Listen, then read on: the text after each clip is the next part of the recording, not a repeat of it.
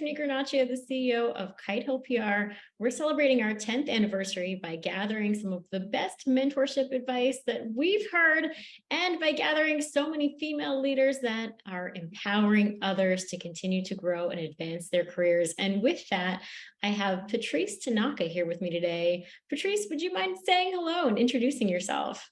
Yes, aloha everyone. Aloha Tiffany, and thank you for inviting me to participate in your 10th anniversary celebration for Kite Hill PR. Very exciting. Anyway, I am Patrice Tanaka. I co-founded 3 PR and marketing agencies during my career in PR. And 6 years ago, I started a consultancy called Joyful Planet, which is focused on developing purpose-driven individuals and purpose-driven organizations. So that in a nutshell is me. Thank you. Fantastic. And you've had such an interesting career when you think about what you've accomplished over the years. When you reflect back, how have you challenged the status quo? I guess one of the things I did was to lead 12 colleagues in a management buyback from our former parent company, Kite Advertising, to start an employee-owned PR agency that was owned by the 13 of us involved in the buyback. Now, the only reason that I led the management buyback, because my dream was never to have my own PR agency, the only reason that I led the management buyback was because it was a creative solution to avoid having to fire 3 dear colleagues when we lost our biggest client. And I knew that if I told my boss at Kite that we were losing our biggest client because of their fears of an impending recession, which actually did happen, that he would make me terminate the team that I had working pretty much full time on that account.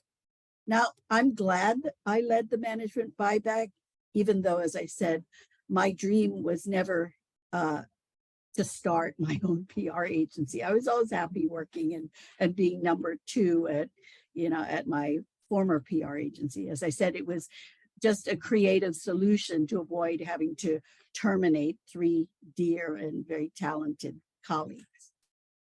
And Patrice, in making those decisions and coming to that conclusion, it's really interesting that you challenged your own perspective on where your career was going to go and how you were making those decisions. As you think about how you made those decisions overall, how much did you rely on mentors to make those decisions? Yeah, I relied and benefited greatly from mentors and good friends who wanted to help me to succeed. But I guess I've always been kind of driven by my own feeling about what was the right thing to do, because even my lawyer was trying to convince me that maybe this wasn't a great idea to lead a management buyback from a big, hot creative ad agency and to spin off with, 12 other colleagues who, none of us knew what we were doing in terms of, starting our own agency. Again, it was just, I guess my greater imperative was, I love working with these people and I want to keep working with these people. So I'm going to do whatever I can to protect, that community of kindred spirits. So I believe if you just go with your gut, it usually leads you to the thing you should do. That is such a great point as you reflect on making pretty complicated and tough decisions, and the decisions that you came to overall were for the greater good of the organization and the employees. There's a certain amount of trusting your gut and trusting your instinct. Do you think that's something that young professionals need to develop or learn to trust their gut? How is that learned along the way? Yeah, I just think that the more you trust your gut, the more, you learn to do it easily and effortlessly, because you can't always make decisions based on analytics. I mean, there is a role for analytics, but at the end of the day, if you're the one who has to make the decision. You have to go with your gut. And in fact, I read something a long time ago that, your whole body is a bigger, more powerful computer than just your mind alone. So if you trust your gut, you're involving every part of you, and so go with your gut. I love that. That's something that I'm helping others to develop, and really understanding what is that gut instinct. And it's about feeling, it's about, as you pointed out, something that you might, really look at your whole body. It's also reflecting on that. It's the intelligence that you've gained over time, that you might be able to come to a decision in a moment, really pulling from different experiences that you might not even have at the forefront of your mind in that moment. You might just be able to access the intelligence that you've built up over time. And that's all a part of your gut instinct. And then Yes, be able to develop, how am I making decisions? It's I also I something. agree. And it's really about doing what you think is the best thing and the right thing to do, not just for you, but everyone involved, right? And if you're trying to do the best and the right thing, then I think if you trust your gut, you will be doing exactly that. And it's also about believing in yourself and knowing that oftentimes in your position, especially as you advance and you're at a leadership position, you might be the only one that has access to a certain amount of information and a lot of different perspectives. So it is about you trusting those instincts to be able to make the best decision at a time. So when it comes to reflecting on those lessons learned and the advice that you've gotten, what would you say is the best advice that you've gotten in your career? Well, I've gotten a lot of good advice over the years, but I have to say that my best advice ever was from my mother, who told me to share your cookies and toys. And that advice has served me well from the playground to the boardroom, because she understood that if you're not generous and share your cookies and toys, nobody's going to want to play with you. And, it's so true in business and life as well. If you're not sharing your cookies and toys, nobody really wants to work with you or work with you to help you succeed. So share your cookies and toys is still my best advice ever. Trace, I love that. And it's also so heartwarming to think, going all the way back to sometimes mom knows best, right? I'm a mother as well. And I think a lot of the things that we try and instill, the values about sharing, about teamwork, maybe it could be learned in kindergarten and can take all the way to the boardroom. So I love that perspective. When it comes to how you work and how you work with others, is there something that you wish you knew in the start of your career that you know now that would have helped you even more along the way? Yes. And I tell this to people as much as possible, that you should always focus on setting a positive intention and not put energy into worrying about that it won't happen, that you won't succeed, or whatever, because guess what? That's the intention you're setting, right? You don't want to do that. So put all your focus and energy on the positive intention that you're setting for yourself and others. And I also ask that whatever happens be in my best interest and that of others, and that it happen easily and effortlessly, because I don't want to needlessly suffer, right? I'd rather things happen easily and effortlessly and in my best interest and that of others. That is such great advice, Patrice, to set that positive intention and see how it impacts others in a meaningful way. But follow-up question to that, when you talk about setting a positive intention, maybe you can give us a little bit more explanation as to how you would do that. Is that the same as a North Star? Yeah, well, I'll give you some examples. And it wasn't until I was in my 30s and 40s that I realized that the intentions that I set were being realized, but that I wasn't really conscious of having set these intentions. I was just always kind of pleasantly surprised at the result. For example, um, I accepted a job on Maui at the Hotel Intercontinental Wailea. It was my first job in PR. And I was ambivalent about it. I wanted to take that job to learn PR, but I didn't want to get stuck on Maui. So I said, well, I'll take this job, but I don't want to stay more than 2 years.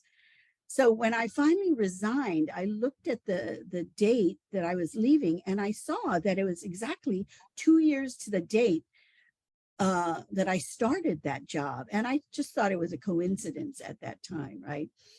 And when I moved to New York City, it was without a job or an apartment or friends and not much money.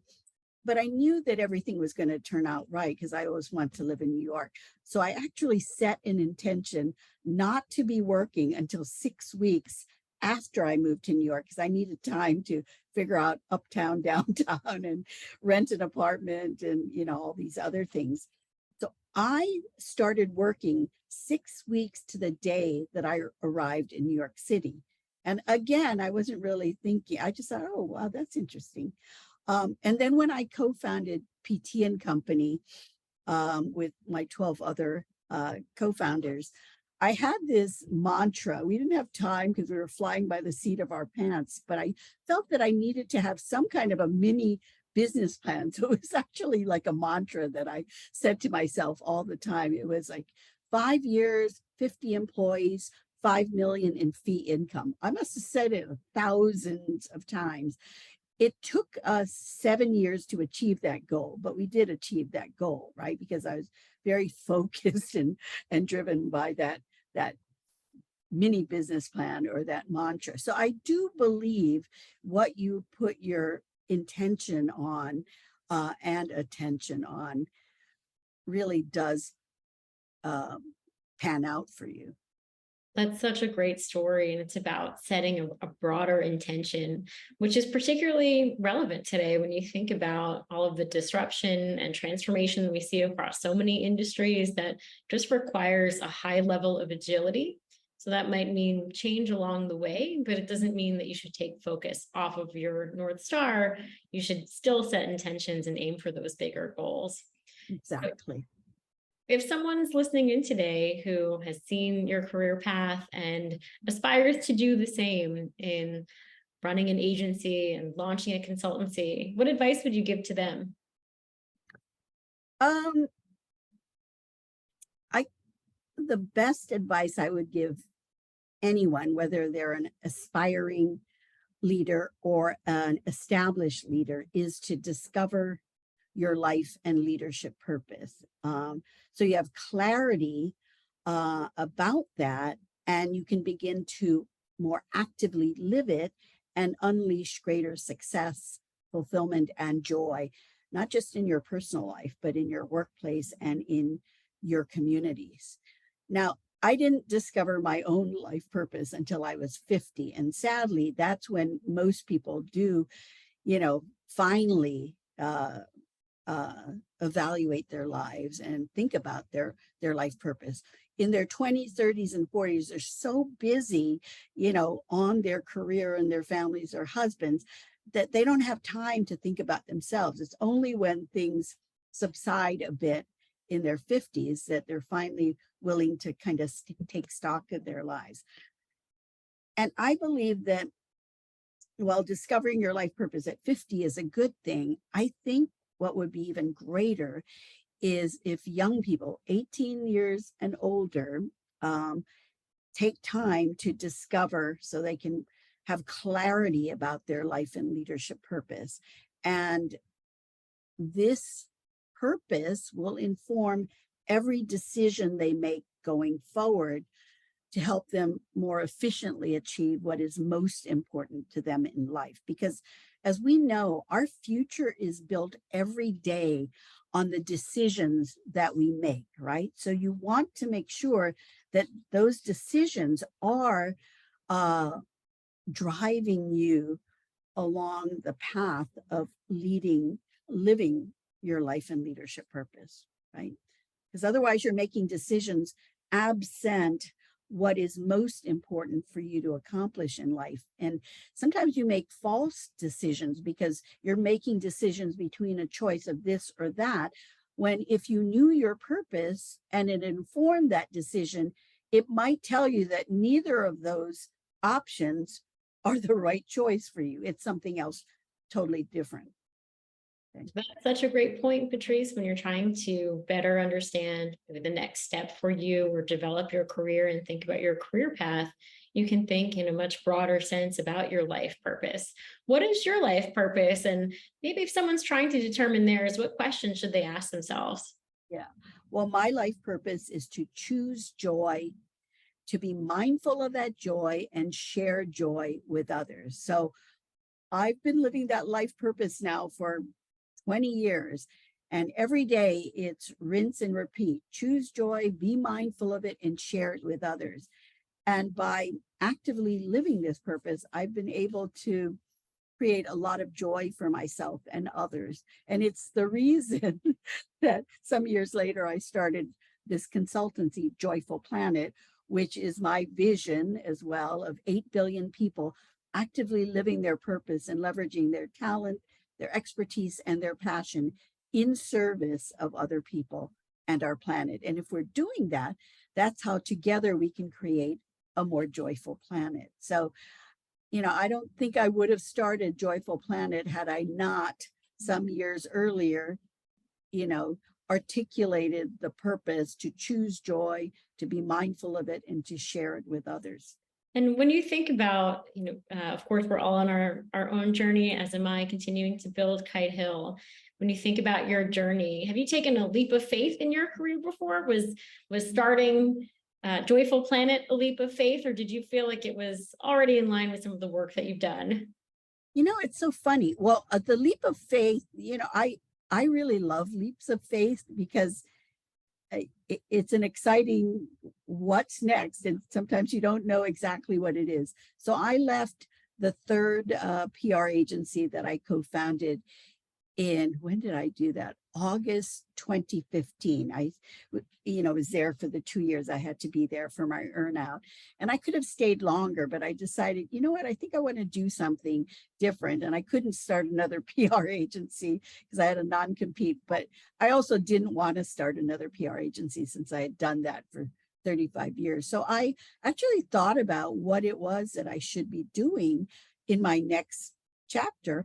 And so I kind of looked back over my life and career and realized the two most significant things I ever did in my life and career was to, one, articulate a business purpose for my first agency, and two, to articulate a life purpose for myself. And those two things together really created so much that I hadn't anticipated that I would do. So yeah, a leap of faith was, though it didn't feel like it at the time because I knew that there was something that I was supposed to do next. I just had to discover what it was.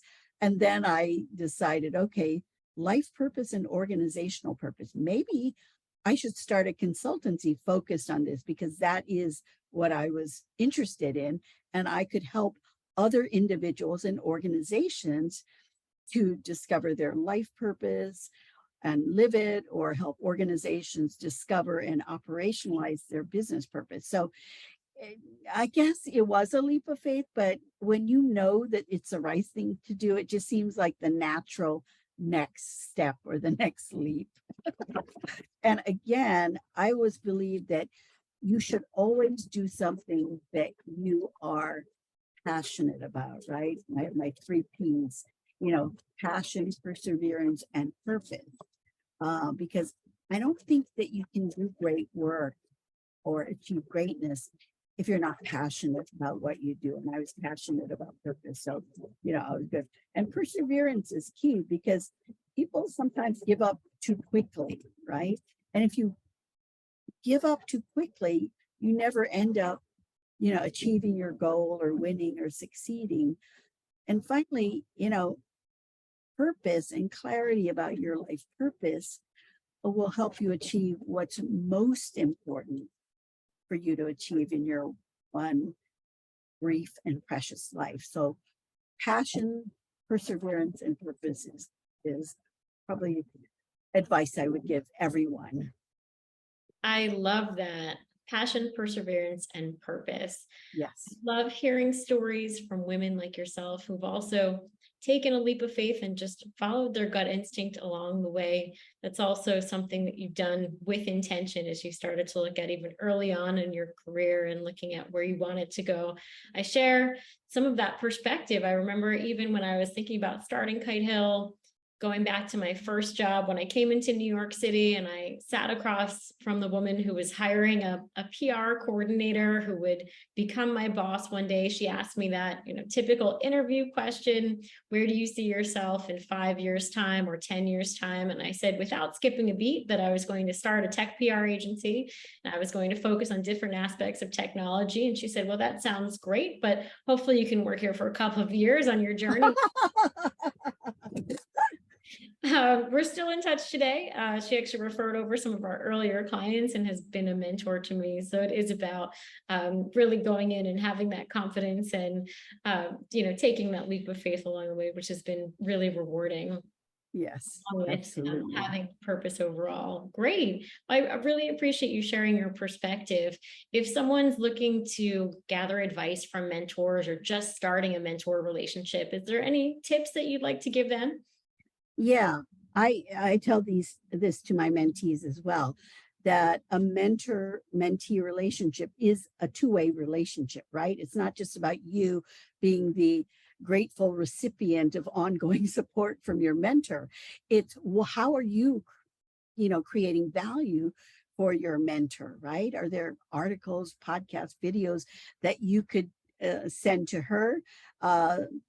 Given her job and her interests? Are there people that you think she would enjoy meeting that you know? Are there events that you think she might be interested in attending that you could invite her to? So always think about it as a two-way street and creating value for your mentor, because I think it will pay off in, the relationship that you have together and what she might be able to offer you. So, That's great advice, Patrice. Thank you so much for sharing your insights. abs- So much great information. Really love your absolutely. story and the journey that you've been on. Anything else to share?